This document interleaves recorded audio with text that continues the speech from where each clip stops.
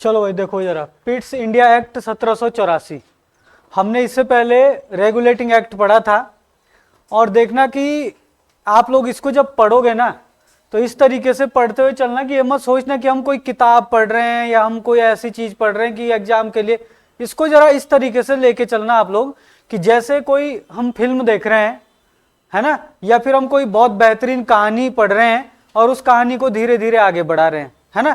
क्योंकि ये सारी चीजें ना, जैसे एक्ट आपके आते जाएंगे तो सारे के सारे एक्ट एक दूसरे से जुड़े हुए होंगे, जुड़ी हुई बातें जो आगे जुड़ती जाएगी।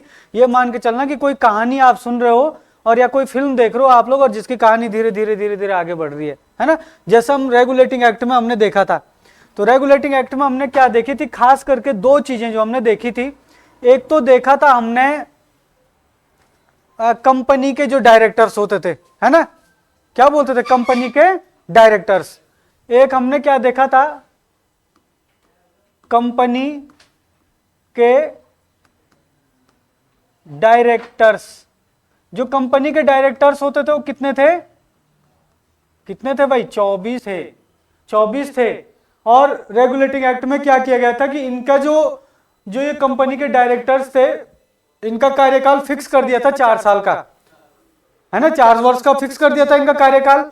और 1/4 सदस्य जो है हर साल नए चुने जाते थे और उनके जगह मतलब 1/4 जाते थे और 4 उनके जगह नए आते थे। ये कंपनी के डायरेक्टर्स थे। जैसे कोई कंपनी होती है, ईस्ट इंडिया कंपनी है, उस ईस्ट इंडिया कंपनी में 24 डायरेक्टर्स होते थे। तो वो 24 डायरेक्टर्स, उनका कार्यकाल कितना कर दिया था, इनका सबका कार्यकाल कितना कर दिया था, कार्यकाल किया था इनका 4 वर्ष का। ये हम जो अभी रेगुलेटिंग एक्ट की बात कर रहे हैं यहाँ पे, और इसी से जुड़ेगा अभी पिट्स इंडिया एक्ट 1784। दूसरा क्या था यहाँ पे, वायसराय। जो वायसराय था, वायसराय की भी क्या थी, कार्यकारिणी परिषद। वायसराय की जो कार्यकारिणी परिषद थी, इस कार्यकारिणी परिषद में जो सदस्य थे, इसमें भी कितने सदस्य थे, 4। वायसराय की कार्यकारिणी परिषद में कितने सदस्य थे, 4 सदस्य होते थे। 1773 के रेगुलेटिंग एक्ट के तहत ही वायसराय की कार्यकारिणी परिषद का क्या किया गया था, गठन किया गया था पहली बार। और दूसरी बात कि जो आपके मद्रास और बंबई के जो गवर्नर थे, यहां के जो गवर्नर थे, इनको क्या कर दिया था, बंगाल के गवर्नर के क्या कर दिया था, अधीन। ये वायसराय क्या था आपका, बंगाल का गवर्नर जनरल था, है ना। ये हम वायसराय लिख दिया हमने यहाँ पे, बंगाल का क्या होगा, बंगाल का गवर्नर जनरल, है ना, इसके अधीन कर दिया था इन दोनों को। और यहां पे अब देखो बात करेंगे जरा पिट्स इंडिया एक्ट में क्या हुआ था और इनमें कुछ परिवर्तन आया। अब हम अगर रेगुलेटिंग एक्ट की बात करें 1773 के रेगुलेटिंग एक्ट की, तो वो ईस्ट इंडिया कंपनी को नियंत्रित करने के लिए ब्रिटिश सरकार द्वारा उठाया गया पहला कदम था। कौन सा, रेगुलेटिंग एक्ट। अब ब्रिटिश सरकार क्या चाह रही है, ब्रिटिश सरकार चाह रही है कि हम जो है इनको क्या करें, अब कंपनी को कंट्रोल करेंगे, और तब इंग्लैंड की जो सरकार है वो धीरे धीरे भारत में क्या करेगी, कब्जा करेगी। तो इस एक्ट के तहत सबसे पहला काम क्या किया इन्होंने कि जो एक पॉइंट मैं आपको पहले लिख देता हूं यहां पे, वही आपको जुड़ेंगे। ईस्ट इंडिया कंपनी के जो भारतीय क्षेत्र था, यानी कि कुल मिला के कंपनी के भारतीय क्षेत्रों को पहली बार क्या कहा गया है, ब्रिटिश क्षेत्र कहा गया। बहुत महत्वपूर्ण है, ब्रिटिश क्षेत्र कहा गया। ये देखो सबसे बहुत इंपॉर्टेंट पॉइंट है, एग्जाम में प्रश्न आता है कि भारत में जो ब्रिटेन के या ईस्ट इंडिया कंपनी के जो क्षेत्र थे, उनको पहली बार ब्रिटिश क्षेत्र कब कहा गया, यानी कि ब्रिटेन के क्षेत्र बोल दिया उनको। ऐसा बोला कि पहले तो ईस्ट इंडिया कंपनी के क्षेत्र थे, वो ईस्ट इंडिया कंपनी का कब्जा था, जहां जहां ईस्ट इंडिया कंपनी के क्षेत्र थे, इंग्लैंड सरकार ने बोला ईस्ट इंडिया कंपनी के क्षेत्र नहीं कहलाएंगे, किसके क्षेत्र कहलाएंगे, ब्रिटेन के क्षेत्र कहलाएंगे, इंग्लैंड के हो जाएंगे वो एरिया। तो ठीक है, ये एक बात तो यहां पे कही है।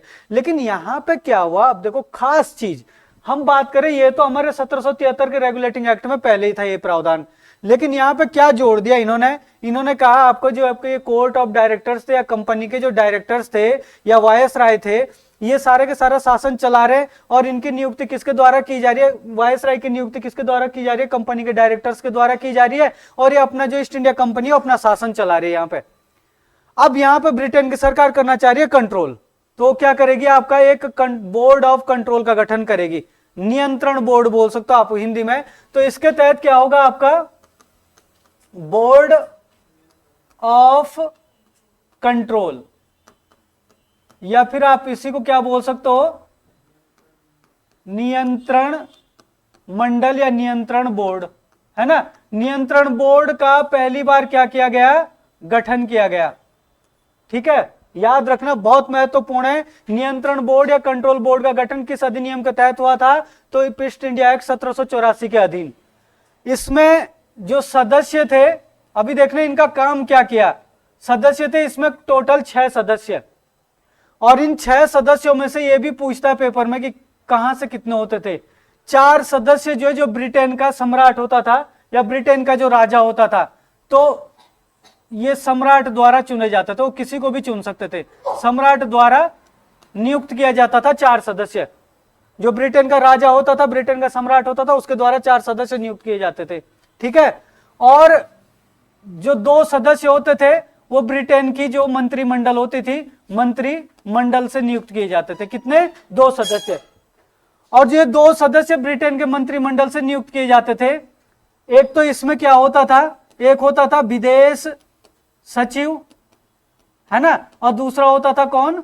वित्त मंत्री। मतलब ये होते थे। तो ये देखो यहाँ पे ये भी प्रश्न बनते हैं पेपर में। तो ये नियंत्रण बोर्ड की एक मैंने आपको एक पिक्चर सी बना दी यहाँ पे कि नियंत्रण बोर्ड में जो है, नियंत्रण बोर्ड का गठन किस अधिनियम के तहत हुआ था? तो ईस्ट इंडिया एक्ट 1784 के अधीन हुआ था। इसमें कुल सदस्य कितने थे? 6 सदस्य थे, जिसमें से 4 सदस्य सम्राट द्वारा और 2 सदस्य मंत्रिमंडल से होते थे।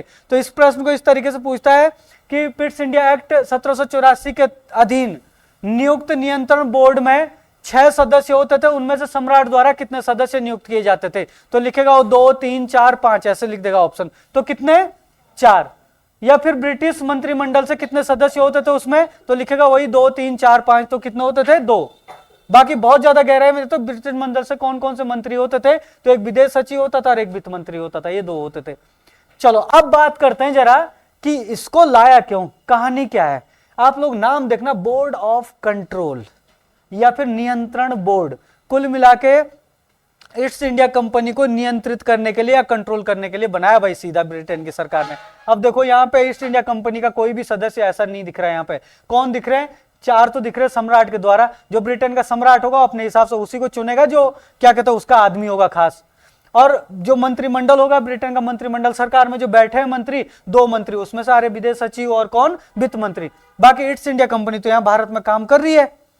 अब ईस्ट इंडिया कंपनी को लगाम कसने के लिए इससे पहले 1784 के एक्ट से पहले 1773 का रेगुलेटिंग एक्ट जो लाया गया था, तो उसमें डायरेक्टर्स तो पहले से थे, उसमें 24 डायरेक्टर्स थे, लेकिन उनको कंट्रोल करने के लिए उनका कोई कार्यकाल नहीं था फिक्स। तो 73 का जो एक्ट लाया था रेगुलेटिंग एक्ट के तहत जो इनका कार्यकाल 4 वर्ष का कर दिया फिक्स। और हर क्या कहते हैं 1/4 सदस्य जो है 4 साल में क्या होते थे? रिटायर होते थे, और उनके जगह क्या आते थे?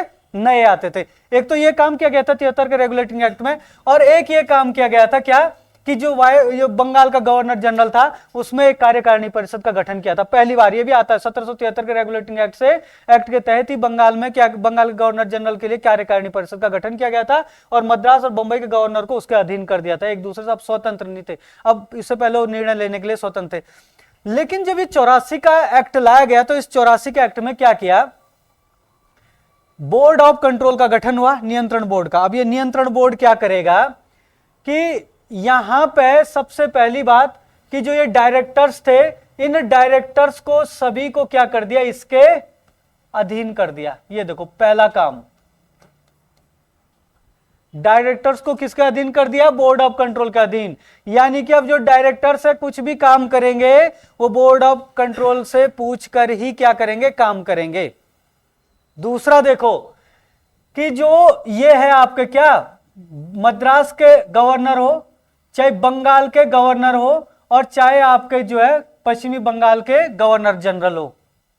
इनकी जो नियुक्ति है, नियुक्ति कौन करते थे? इनकी नियुक्ति कौन करते थे? कंपनी के डायरेक्टर करते थे, है ना। कंपनी के डायरेक्टर इनकी नियुक्ति करते थे। अभी भी कंपनी के डायरेक्टर्स ही नियुक्ति करेंगे। लेकिन होगा क्या कि जो ये बोर्ड ऑफ कंट्रोल है, ये इनको क्या कर सकता है? वापस बुला सकते हैं। ये इनको वापस भी बुला सकते हैं। वापस बुला सकते हैं मतलब कि कंपनी के डायरेक्टर्स ने कर दिया एक किसको? बंगाल के गवर्नर जनरल का नियुक्ति। और अब बंगाल का गवर्नर जनरल की जब नियुक्ति हुई तो बोर्ड ऑफ, सपोज क्या कहते हैं, बोर्ड ऑफ कंट्रोल को लगा नहीं नहीं ये ठीक नहीं है, उनको लगा हमारे हिसाब से तो ठीक नहीं है, वो वापस बुला लेगा उसको, चल भाई हट यहां से, पद से हटा देगा उसको। तो उसको हटाने का अधिकार इसके पास था। कुल मिला के जो बोर्ड ऑफ कंट्रोल है, नियंत्रण बोर्ड है, कुल मिला के पूरी पावर जो है नियंत्रण बोर्ड के पास आ गई। अब पूरी पावर नियंत्रण बोर्ड के पास जब आ गई तो इसका मतलब क्या है कि जो ईस्ट इंडिया कंपनी है, ईस्ट इंडिया कंपनी की जो पावर है वो ब्रिटेन के सरकार के हाथ में चले गई। समझ रहे हो बात को? ऊपर से क्या है कि कोई भी इसके द्वारा जो मतलब इसके द्वारा निर्णय लिया जाएगा, किसका? बोर्ड। भाई जितने भी निर्णय लिए जाते थे, निर्णय सारे के सारे किसके द्वारा लिए जाते थे? निर्णय हो या कोई नई नियुक्ति हो, निर्णय हो चाहे कोई नई नियुक्ति हो, इसे जो है रद्द करने का अधिकार था। रद्द करने का अधिकार किसको था? रद्द करने का अधिकार किसको था? बोर्ड ऑफ कंट्रोल को। ये देखो, देख रहे हो भाई क्या हो गया? बोर्ड ऑफ कंट्रोल को इसको रद्द करने का अधिकार था। अब देखो कहां से कहां पहुंच गई हमारी कहानी। मतलब ब्रिटेन की सरकार जो है कैसे कैप्चर कर रही है भारत को, या ईस्ट इंडिया कंपनी के जो एरिया है उन एरिया को कैसे ब्रिटेन की सरकार धीरे धीरे धीरे धीरे अपने हाथ में ले रही है शासन को। समझ रहे हो भाई? ईस्ट इंडिया कंपनी क्यों आई थी भारत में? 1600 ईस्वी में बनी। आई क्यों थी भारत में? आई इसलिए थी ईस्ट इंडिया कंपनी भारत में कि व्यापार करेगी। लेकिन उन्होंने धीरे धीरे धीरे धीरे क्या करे, भारत के क्षेत्रों पर कब्जा करना शुरू कर दिया। और जब कब्जा हो गया बहुत सारे क्षेत्रों में, तो ईस्ट इंडिया कंपनी जो अत्याचार तो कर ही रही थी भारत के लोगों के ऊपर, लेकिन ब्रिटेन की सरकार को लगा कि हमारे पास अच्छा मौका है कि हम ईस्ट इंडिया कंपनी ने जिन जिन क्षेत्रों पर अधिकार रखा उनको अपने कब्जे में ले ले, और भारत में क्या हो जाएगा, हमारा ब्रिटेन का पूरी तरीके से शासन हो जाएगा। तो उन्होंने नाम तो दिया कि हम कंपनी को नियंत्रित कर रहे हैं, और कंपनी को कंट्रोल करने के लिए उन्होंने क्या किया, 1773 का रेगुलेटिंग एक्ट लाया। और 1773 के रेगुलेटिंग एक्ट में मैंने बताई रखा ये सारे काम होते। फिर उसी तब सोचा कि अब धीरे धीरे जो है और कंट्रोल करना है, और कंट्रोल करना है, तो 1784 का पिट्स इंडिया एक्ट लाया। और 1784 के पिट्स इंडिया एक्ट के तहत जो बोर्ड ऑफ कंट्रोल का गठन किया, नियंत्रण बोर्ड का गठन कर दिया, जिसमें 6 सदस्य थे।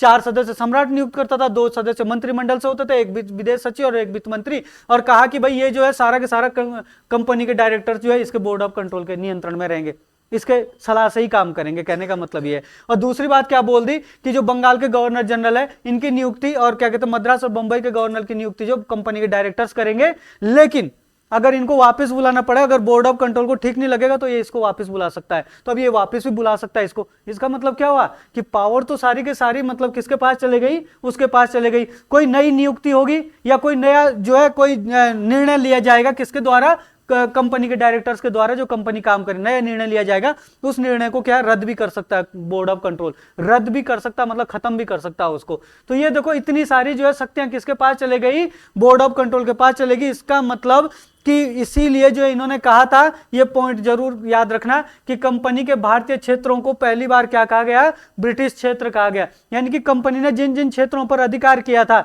जिन जिन क्षेत्रों पर कंपनी की चल रही थी, वो सारे के सारे क्षेत्र अब क्या कहलाएंगे, कंपनी के क्षेत्र। ईस्ट इंडिया कंपनी के क्षेत्र नहीं कहलाएंगे, ब्रिटेन की सरकार के क्या कहलाएंगे, वो क्षेत्र कहलाएंगे। इसका मतलब ब्रिटिश सरकार के क्या हो गए, ये क्षेत्र हो गए भाई। यहां पे अब देखो एक पॉइंट देखना यहां पे कि बोर्ड ऑफ कंट्रोल का गठन कर दिया, इसको जो है पूरी तरीके से जो इसके ऊपर हावी कर दिया ईस्ट इंडिया कंपनी के ऊपर। लेकिन इसका जो खर्चा है वो कौन करेगा, खर्च देखो। अब देखो यहां पे ये बहुत गलत किया हमारे भारतीयों के साथ। इसका खर्च जो है किससे किया जाएगा, भारतीय खजाने से। इसका खर्च भारतीय खजाने से होगा, मतलब जो भारत है वो देंगे इसका। और जबकि बैठता कहां था ये, इंग्लैंड में।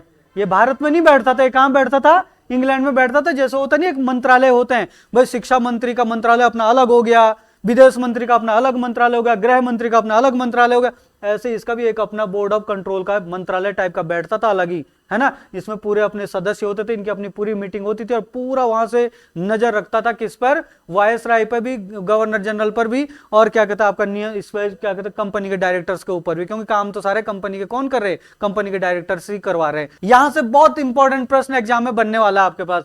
बंगाल के गवर्नर जनरल कौन थे भाई, कोई बताएगा मुझे? बंगाल के गवर्नर जनरल कौन थे? वारेन हेस्टिंग्स थे। देखो यहां पे देखना कि जो वारेन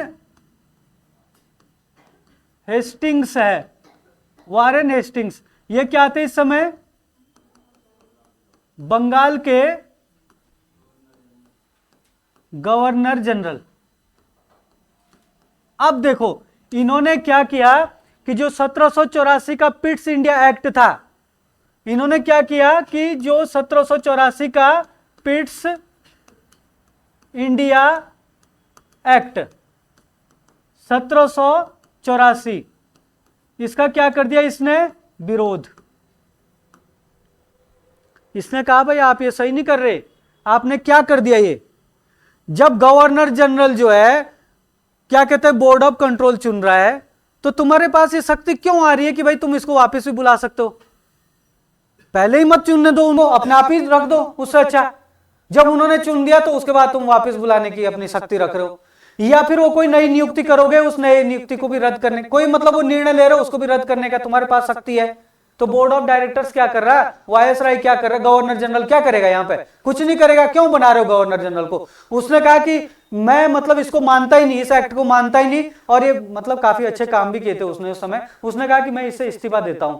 तो इसने क्या किया था, वारेन हेस्टिंग ने 1785 में, 1785 में इसने क्या कर दिया?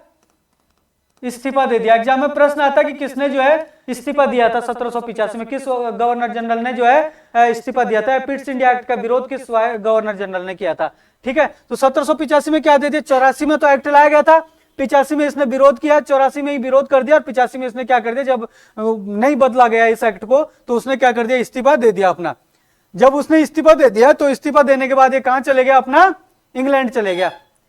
जब इंग्लैंड ये चले गया तो इस पर क्या किया गया? क्या कहते हैं महाभियोग चला दिया गया भाई 1787 में। 1787 में जब ये इंग्लैंड गया तो इंग्लैंड में क्या चलाया गया? इस पर महाभियोग। और जो महाभियोग चलाया था ये ब्रिटेन के मंत्रिमंडल में एक मतलब वो हुआ करता था सदस्य, जिसका नाम क्या था? बर्क नामक व्यक्ति। बर्क नामक व्यक्ति बहुत इंपॉर्टेंट है भाई।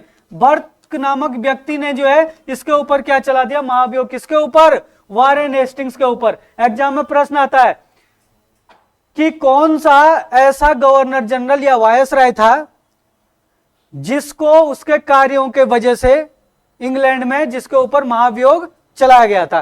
केवल एक ही गवर्नर जनरल हो, चाहे वायसराय हो, चाहे गवर्नर हो, चाहे कोई भी हो, केवल एक ही वायसराय या गवर्नर जनरल रहा ऐसा जिस पर क्या किया गया? ब्रिटेन में महाभियोग चलाया गया था, है ना। महाभियोग किसने चलाया था? बर्क नामक व्यक्ति ने जो है महाभियोग के लिए प्रक्रिया चलवाई थी। बर्क नामक व्यक्ति था कोई, है ना। दूसरी बात कि महाभियोग कब चलाया गया था? 87 से चलाया गया था, और 1787 से 1795 तक जो है ये प्रक्रिया चलती रही। लेकिन 1795 में क्या हो गया था? इसको बरी कर दिया था। बरी मतलब क्या है कि हटा दिया गया था, इससे महाभियोग मतलब प्रभाव नहीं पड़ा। लेकिन हाँ, ये बड़ा इंपॉर्टेंट पॉइंट है। पहला पॉइंट कि पिट्स इंडिया एक्ट के विरोध, पिट्स इंडिया एक्ट 1784 के विरोध में जो है किस गवर्नर जनरल ने इस्तीफा दिया था? पहला प्रश्न तो वारेन हेस्टिंग्स। दूसरा प्रश्न कि किस वायसराय या गवर्नर जनरल पर अपने कार्यों की वजह से इंग्लैंड में महाभियोग चलाया गया था? Warren Hastings. कब से कब तक चला था? तो 1787 से 1795 में। और इस्तीफा कब दिया था? 1785 में। ठीक है ना। महाभियोग किसने चलाया था? तो बर्क नामक व्यक्ति ने जो इस पर क्या चलाया था? महाभियोग। अच्छा, यहां पे क्या किया कि अब वायसराय या हो या गवर्नर जनरल हो, ये मतलब नाराज ना हो, तो 1785 में तो ये एक्ट लाया था, 84 में, 1784 में ये एक्ट लाया था। अब क्या किया? इसमें जो है संशोधन किया गया 1786 में। 1786 में इसमें क्या कर दिया? संशोधन कर दिया। अब जो संशोधन किया, तो संशोधन के लिए आपको ज्यादा नहीं, एक पॉइंट याद रखना बस। 1786 में जो संशोधन किया उसमें क्या किया कि जो गवर्नर जनरल होगा ना, गवर्नर जनरल को क्या कर दिया, जो मुख्य सेनापति होगा उस मुख्य सेनापति की पावर दे दी। अब देखो ये पावर, देखो आप लोग देखो ना यहाँ पे कि जो वारेन हेस्टिंग्स है, वारेन हेस्टिंग्स ने विरोध किया। इसका विरोध करने का कारण यही था कि भाई जब गवर्नर जनरल के पास कोई पावर ही नहीं रही, या बोर्ड ऑफ कंट्रोल जो नियंत्रण या आपके क्या थे, कंपनी के जो डायरेक्टर्स थे, उनके पास कोई पावर ही नहीं रही। तो उन्होंने जब विरोध किया तो इंग्लैंड की सरकार ने सोचा यार ये तो वायसराय के साथ सच में गड़बड़ हो गया ज्यादा ही। तो उन्होंने कहा कि हम ऐसा करते हैं, इसको जो है सेना का जो है सबसे ज्यादा जो है शक्ति देते, सेना के सारे निर्णय जो है यही ले लेगा। तो 86 में, लेकिन 85 में तो इसने तब तक तो इसने दे ही दिया था इस्तीफा, लेकिन दूसरे वायसराय के लिए कर दिया कि भाई दूसरा कोई बने तो उसके लिए कुछ रखते हैं हम इसमें। तो इसने इसको क्या कर दिया, 1786 में आपको याद रखना, गवर्नर जनरल को मुख्य सेनापति की क्या दे दी, शक्तियां। इसको क्या दे दी, जो गवर्नर जनरल होगा, गवर्नर जनरल को मुख्य सेनापति की क्या दे दी, शक्तियां दे दी। ये बड़ा इंपॉर्टेंट पॉइंट है, एग्जाम में प्रश्न आता है कि गवर्नर जनरल को ब्रिटिश सरकार ने पहली बार कब मुख्य सेनापति की शक्तियां सौंपी थी। तो मुख्य सेनापति की शक्तियां कब सौंपी थी, तो 1786 में, है ना, 1786 में। या फिर इसी को ऐसे पूछ सकता, थोड़ा गहराई में जाएगा कि किस एक्ट में संशोधन करके ब्रिटिश सरकार ने पहली बार गवर्नर जनरल को मुख्य सेनापति की शक्तियां सौंपी थी। तो किस एक्ट में सुधार किया था, तो 1784 का पिट्स इंडिया एक्ट में सुधार किया था, और 1786 में क्या दे दी थी, शक्तियां दे दी थी। ठीक है, तो इतनी चीजें आपको जो है यहां पे ध्यान रखना है, ये सारी की सारी महत्वपूर्ण चीजें थी आपके पिट्स इंडिया एक्ट 1784 से। ठीक है।